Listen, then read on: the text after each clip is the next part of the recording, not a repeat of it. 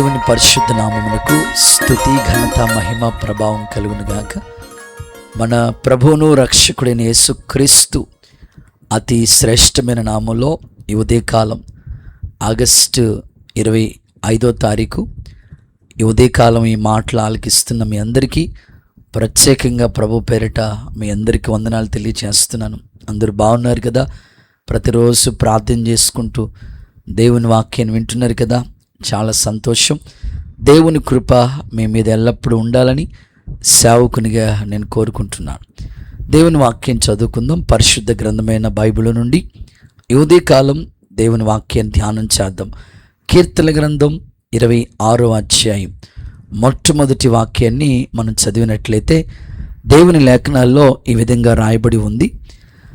ఏమియూ సందేహించకుండగా నేను యెహోవా యందు నమ్మిక ఉంచి ఉన్నాను అనే మాటని గమనిస్తూ ఉన్నాం. చదువుకున్న వాక్య భాగంలో ఏమియూ సందేహించకుండగా నేను దేవుని మీద నమ్మిక ఉంచి ఉన్నాను. చదువుకున్న వాక్య భాగం ఏమని చెప్తుందంటే దేవుని మీద నమ్మకం. ఈ ఉదయకాలం ఈ మాటలు ఆలకిస్తున్న మీతో ప్రభు అంటారు, ఏమీ సందేహించకుండగా నువ్వు దేవుని మీద నమ్మిక ఉంచాలి. ఈ రోజుల్లో మానవ జీవితంలో ఎక్కువగా మనం గమనిస్తున్న విషయాలు ఏంటంటే, ఎక్కువగా మనిషికి సందేహము డౌట్. భక్తుడు ఏమంటాడంటే, నాకు ఏ సందేహం లేకుండా దేవుని మీద నాకు అపారమైన నమ్మకం ఉంది, దేవుని మీద ఒక చక్కని నమ్మకం నేను కలిగి ఉన్నాను అంటాడు. ఈరోజు చాలామంది మీ వ్యక్తిగత జీవితాల్లో మనుషుల మీద మీకు నమ్మకం ఉంది, ఓకే, కాదనట్లేదు. అయితే మనుషుల్ని సృష్టించిన ఆ దేవుని మీద నీకు నమ్మకం ఉండాలి. దేవుని మీద నువ్వు నమ్మిక ఉంచితే నీ జీవితంలో ఎన్నో కార్యాలు ప్రభు చేయటానికి తప్పకుండా సమర్థుడే. బైబిల్లో ఎన్ని అనుభవాలు సందర్భాలు ప్రభు చెప్పాడంటే, ఒక తండ్రి తన పిల్లోడిని ప్రభు దగ్గరికి తీసుకొచ్చినప్పుడు ఇలా అంటాడు. ఆ పిల్లోడు పరిస్థితి ఏంటంటే, నీళ్లు కనబడుతుంటుంటే నీటిలో పడిపోతున్నాడు, అగ్ని కనబడుతూ ఉంటుంటే అగ్నిలో పడిపోతున్నాడు. సో వాడి పరిస్థితి ఎలా ఉందంటే నుగరలు కక్కుంటూ ఉన్నాడు. వెంటనే వాడి సిచ్యువేషన్ చూసి వాళ్ళ తండ్రి ప్రభు దగ్గర తీసుకొచ్చి అంటాడు, ఏదైనా నీ వల్ల అయితే ఈ పిల్లోడిని ఏమన్నా బాగు చేస్తావా అన్నారు ప్రభుని. అప్పుడు ప్రభు అంటారు, నా వల్ల కాలేంది ఏముంది, అయితే నమ్ముట నీ వల్ల అయితే నమ్మువానికి సమస్తము సాధ్యమే అని ప్రభు చెప్పాడు. అంటే ఆ తండ్రి అంటాడు, నమ్ముతున్నాను కానయ్యా, ఎక్కడో అపనమ్మకం ఉంది. ఈరోజు చాలామంది జీవితంలో వాళ్ళ కుటుంబాల్లో దేవుని కార్యాలు ఎందుకు కన్నులార చూడలేకపోతున్నారు అని అంటే, వారు దేవుని మీద సరైన నమ్మకం లేకపోవటం వలన. వాళ్ళకి బస్సు ఎక్కిన వెంటనే హ్యాపీగా దర్జాగా కూర్చుంటారు. బస్సు డ్రైవర్ మీద ఎంత నమ్మకమో, ఆడు తీసుకెళ్ళి ఏ కాలువలోనో ఏ బోధులోనో దించుతాడో మనకు తెలియదు.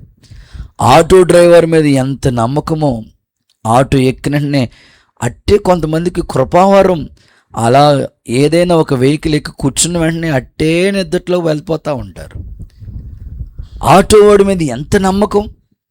ఎప్పుడైనా మీరు ఆటో ఎక్కేటప్పుడు, బ్రదర్ నీకు ఆటో లైసెన్స్ ఉందా, ఈ ఆటో నీ సొంతమా, అద్దెకి తెచ్చుకున్నావా అని అడుగుతారా? అడగకుండానే ఆటో వాడి మీద నమ్మకం ఉండి ఎక్కేసి చక్కగా కూర్చుంటున్నారు కదా. ఒక బస్సు డ్రైవర్ మీద, ఒక ఆటో వాడి మీద ఉన్న నమ్మకం దేవుని మీద నీకెందుకు కలగటం లేదు?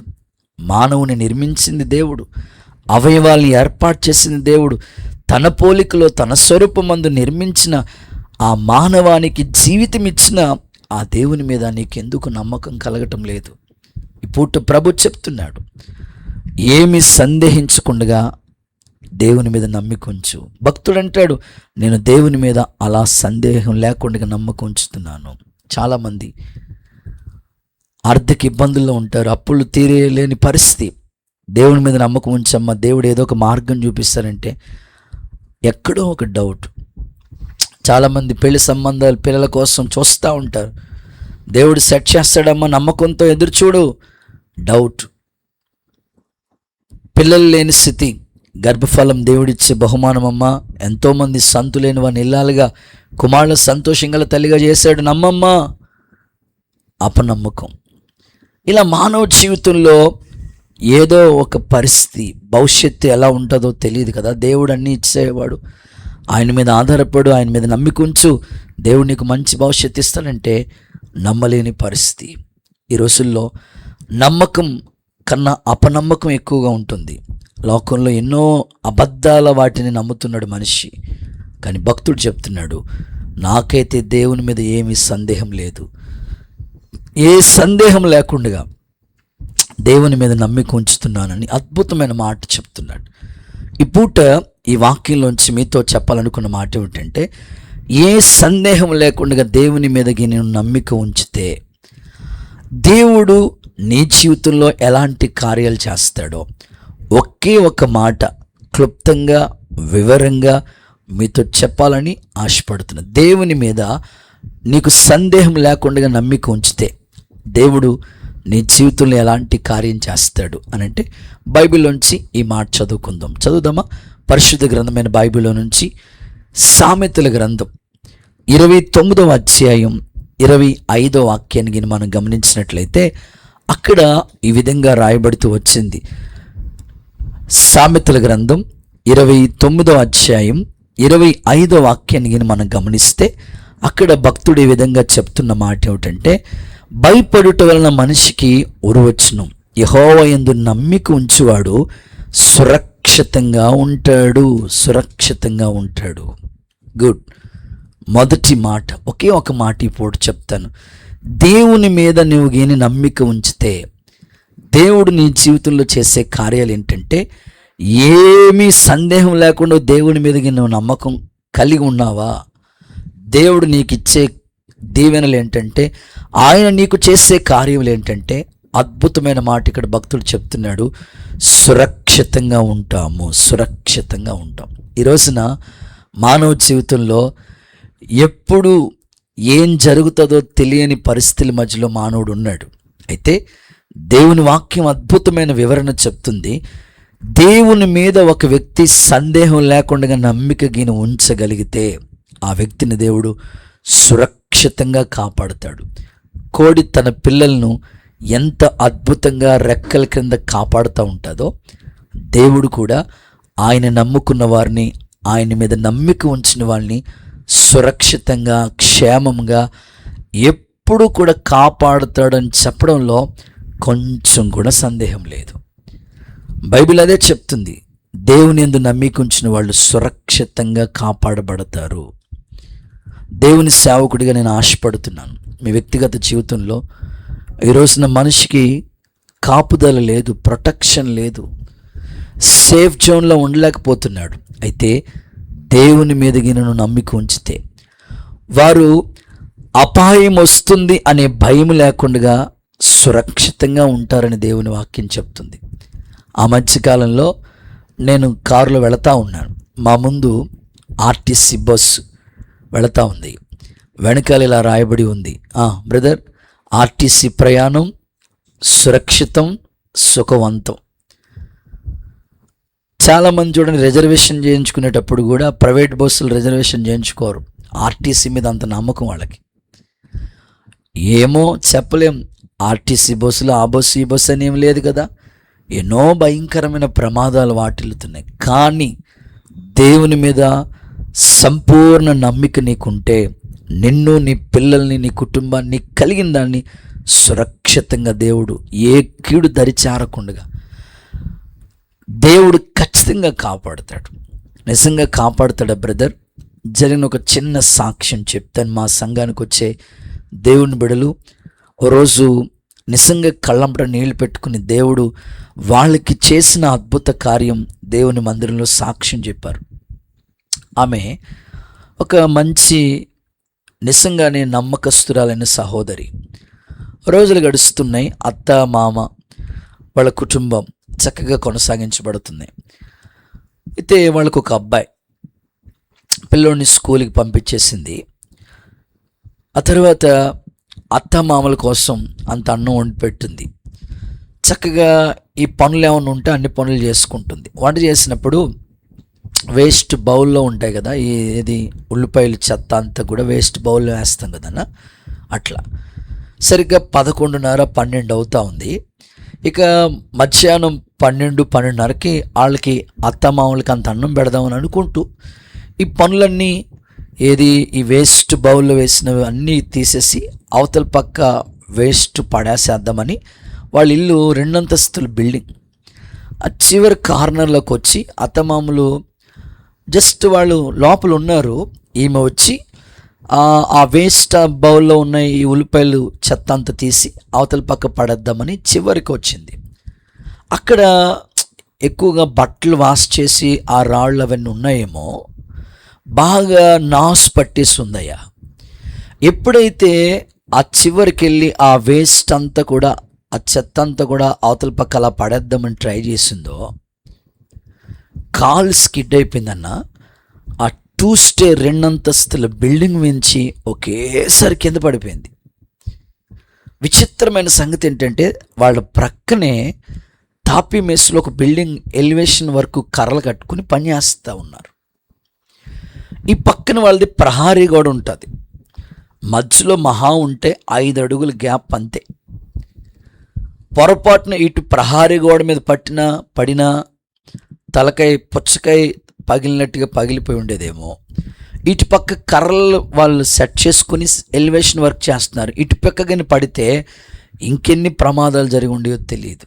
కానీ మధ్యలో చిన్న ప్లేస్, ఆ 5 అడుగుల ఖాళీ స్థలంలో అలా పైనుంచి కింద పడ్డది. విచిత్రం ఏంటంటే, ఆల్రెడీ అక్కడ కొత్తగా మట్టి బెడ్లు వేసున్నారు, వర్షం పడుంది, జస్ట్ మెత్తగా ఉంది మట్టి, అలాగ దిగిపోయింది అందులోకి.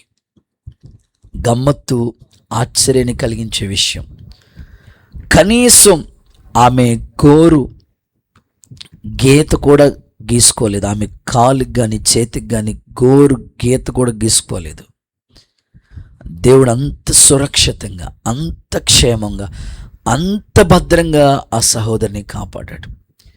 ఆమె ఏడ్చుకుంటూ దేవుని సంధికి వచ్చి చెప్పిన సాక్ష్యం, దేవుడే నన్ను కాపాడకపోతే ఆ పిల్లోడిని ఎవరు చూస్తారు, ఈ అత్తమామల్ని ఎవరు చూస్తారు? నిజంగా దేవుడు నా యందుండి కనికరం చూపించి ఏ అపాయం రాకుండా, ఏ తెగులు గుడారానికి సమీపించకుండా, ఓ గొప్ప భద్రత, ఓ గొప్ప సురక్షితం ఆయన రెక్కల నీడలో నన్ను కాపాడు. బైబిల్ చెప్తుంది కదా, మహోన్నతుని చాటు నివసించేవాడే సర్వశక్తిని నీడను విశ్రమించేవాడు. ఆయనే నా కోట, నాకు ఆశ్రయం.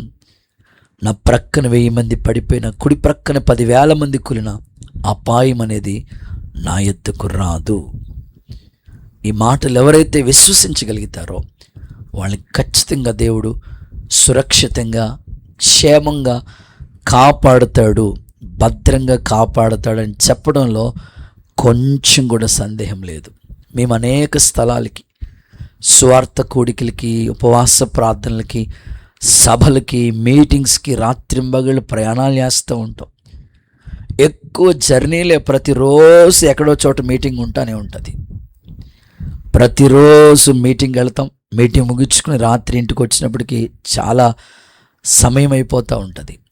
కొన్నిసార్లు నాతో పాటు డ్రైవ్ చేస్తున్న తమ్ముడోళ్ళు అర్ధరాత్రి సమయాల్లో, మధ్యరాత్రి వేళ కార్ డ్రైవ్ చేసేటప్పుడు కొన్నిసార్లు పైరెప్పొచ్చి కింద రెప్పని బతిమాలినట్లుగా కనురెప్ప పడిపోతూ ఉంటుంది.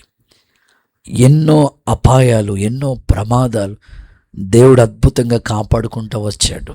ఈ మధ్యకాలంలోనే దైవ సేవకులు జెర్మియా పాస్టర్ గారిని దేవుడు తెల్లవారుజామున ప్రయాణమే వెళుతూ ఉంటుంటే, వారి కారు ప్రయాణమే వెళుతూ ఉంటుంటే, తెల్లవారు 4-4:30 ఆ సమయానికి ప్రయాణమే వెళుతూ ఉంటుంటే, వెనకాల నుంచి లారీ ఓడి వచ్చి ఢీ కొడితే, యువతల పక్కన ఉన్న కారు అవతల పక్క రోడ్లోకి వెళ్ళిపోయింది కారు.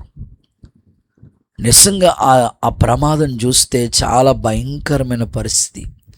కానీ దైవ సేవకుణ్ణి దేవుడు ఎంత భద్రంగా కాపాడాడో, ఎంత సురక్షితంగా కాపాడాడో. నిన్ను కాపాడువాడు కొనుకడు, చెప్పండి, నిద్రపోడు. ఇశ్రాయేలుని కాపాడు దేవుడు మన దేవుడు. యెహోవాయే నీ రాకపోకలు యందు నిన్ను కాపాడుతాడు సురక్షితంగా అని ఈ ఉదయకాలం సేవకుడిగా నేను ఆశపడుతున్నాను, కోరుకుంటున్నాను. నువ్వు నమ్మిక ఉంచు. దేవుని మీద ఏ సందేహం లేకుండా ఆయన మీద నమ్మిక ఉంచు. వారు గురించి బైబిల్ చెప్తుంది, వాళ్ళు నిత్యము కదలక సియోను కొండ వలె వాళ్ళు ఉంటారు. ఒక కొండ ఎప్పుడైనా కదులుతుందో తమ్ముడు? ఎలాంటి భద్రంగా ఉంటుందో అలాగ దేవుని యందు నమ్మిక ఉంచి వారు కదలక నిత్యము నిలిచే సియోను కొండ వలె వాళ్ళు ఉంటారు. అలాంటి భద్రత, అలాంటి సురక్షితం దేవుని చేతి నీడలో ఆయన యందు నమ్మిక ఉంచిన మీకు దేవుడు ఇవ్వాలని మనసారా కోరుకుంటూ ఈ కొద్ది మాటలు దేవుడు మన వెనుకల్లో దీవించునుగాక. ఆమేన్. అలాగే తల్ల వంచండి, చిన్న ప్రార్థన చేసుకుందాం. మహాపరిశుద్ధుడైన తండ్రి, ప్రేమ నమ్మకం గల మా ప్రభు, నీ కొందనాలు.